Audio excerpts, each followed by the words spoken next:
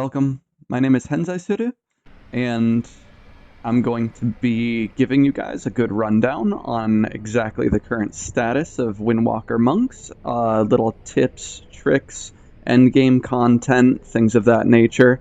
I am a 204 Windwalker Monk, Kyrian. My soulbind is Pelagos. Mainly you want to go Pelagos pretty much every time.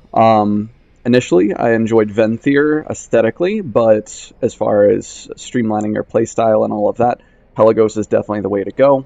Down this tree, I've got mainly my PvE spec, and then down this tree, I've got mainly my PvP, and then world content. So here,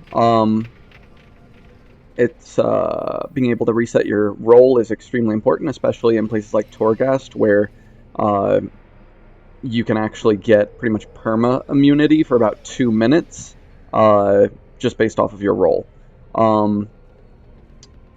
Expel Harm's always really good. File of Patience far outstrips the conventional file, especially, again, say for example in Torghast, where you can buff the amount of healing that your file does. If that's done over 10 seconds and you're healing for, let's say, 125% of your total health over 10 seconds, it's going to be a good chunk per second. So it just makes for a really nice HP 5. This just general go-to gives you some nice trade stuff. Not so bad. And then your potency conduit, it's always a matter of choice. This one is definitely one of the best for PvP. You always want to keep your copies focused on the same target. A whopping 12% increased damage, which if you ran Serenity instead would transfer over, but there's plenty of videos out there that'll tell you exactly why Serenity right now is a little bit lackluster. Also, the fact that with Storm, Earth, and Fire compared to Serenity, it's just a lot smoother of a playstyle, rather than just a heavy 2-minute burst window, and then, you've got to go and just use all your mobility, get around, wait for that 2 minute to come back off cooldown. So that's why I made these choices. Talent choices. Windwalker Monk, obviously. I've been playing around with these three. Eye of the Tiger got nerfed this expansion. It can only be applied to your primary target, and it lost its usefulness. So it just says limit one target, and it's just not all that great. It could do with a buff, most definitely. G-Wave is definitely going to be your way to go. It's really good for hitting targets who are far away, giving you just a little bit extra healing, just a tiny little bit of, throw in burst when everything's on cooldown.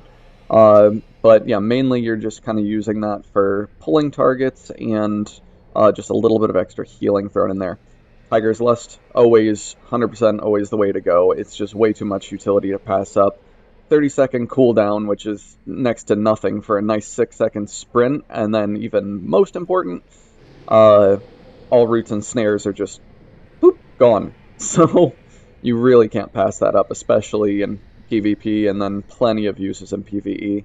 Right now, these three used to be up in the air as far as what you could choose. Ascension in this expansion, so far with how they've tuned things, is by far the best.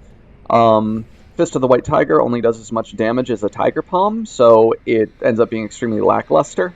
And then Energizing Elixir, whereas in Legion it used to give you pretty much full everything, which made it totally worth it as a nice burst cooldown, energy-wise.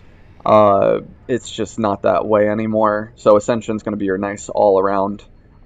Between these three, it's always going to end up between Good Karma or Ring of Peace, depending on what you're running. Ring of Peace, 80 to 90% of the time.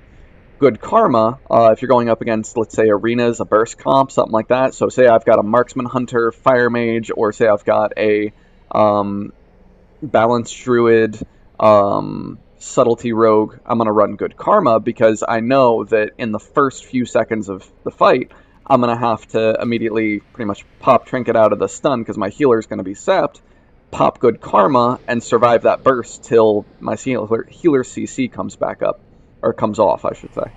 Between these three, it's entirely situational. This is your best all around, and then these two will be situational. So, Dampen Harm, again, it's great against burst comps and like just heavy burst situations.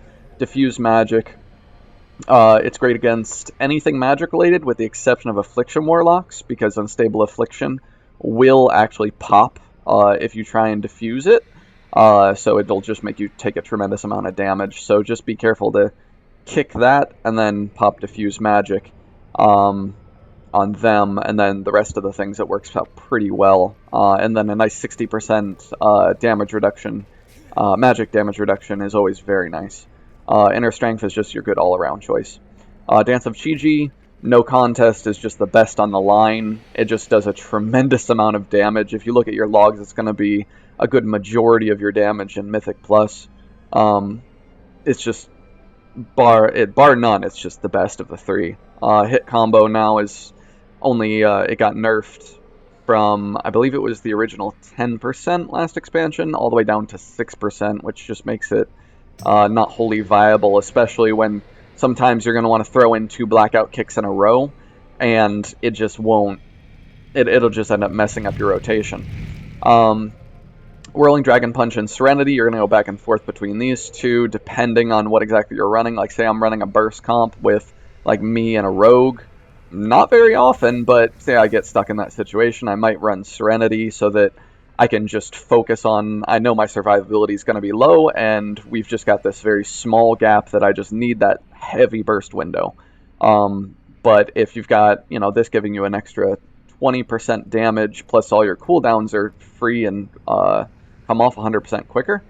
Plus, it also applies with Pelagos. So Coordinated Offensive, when you switch over to Serenity, becomes a flat 12.3% increased damage to the Serenity without having to fixate, because you obviously have no clones. So that's really amazing for a burst comp, but I wouldn't recommend it all around. As far as overall performance goes, Whirling Dragon Punch tends to come ahead by far. So that's why I chose those. And then I chose Kyrian, because definitely Weapons of Order is hands down just it's the best all around. It's second to Necrolord in AoE, but because I do so much diversified content, I just like to have something that just all around bolsters the playstyle. So, you know, Mastery bolsters your playstyle because I'm already trying not to do 2 of the same things in a row, and it's just pretty much for my playstyle, it's usually just like a flat damage increase, so that's amazing. It has something similar to Serenity, where it makes your basic cooldowns come off sooner, and then the fact that it's 30 seconds with extended, based on collecting those bubbles that'll spawn around when you proc it, and only a 2-minute cooldown, that means that it's pretty much up for about somewhere between 30 and, let's say, 45 seconds. With a 2-minute cooldown, it's amazing.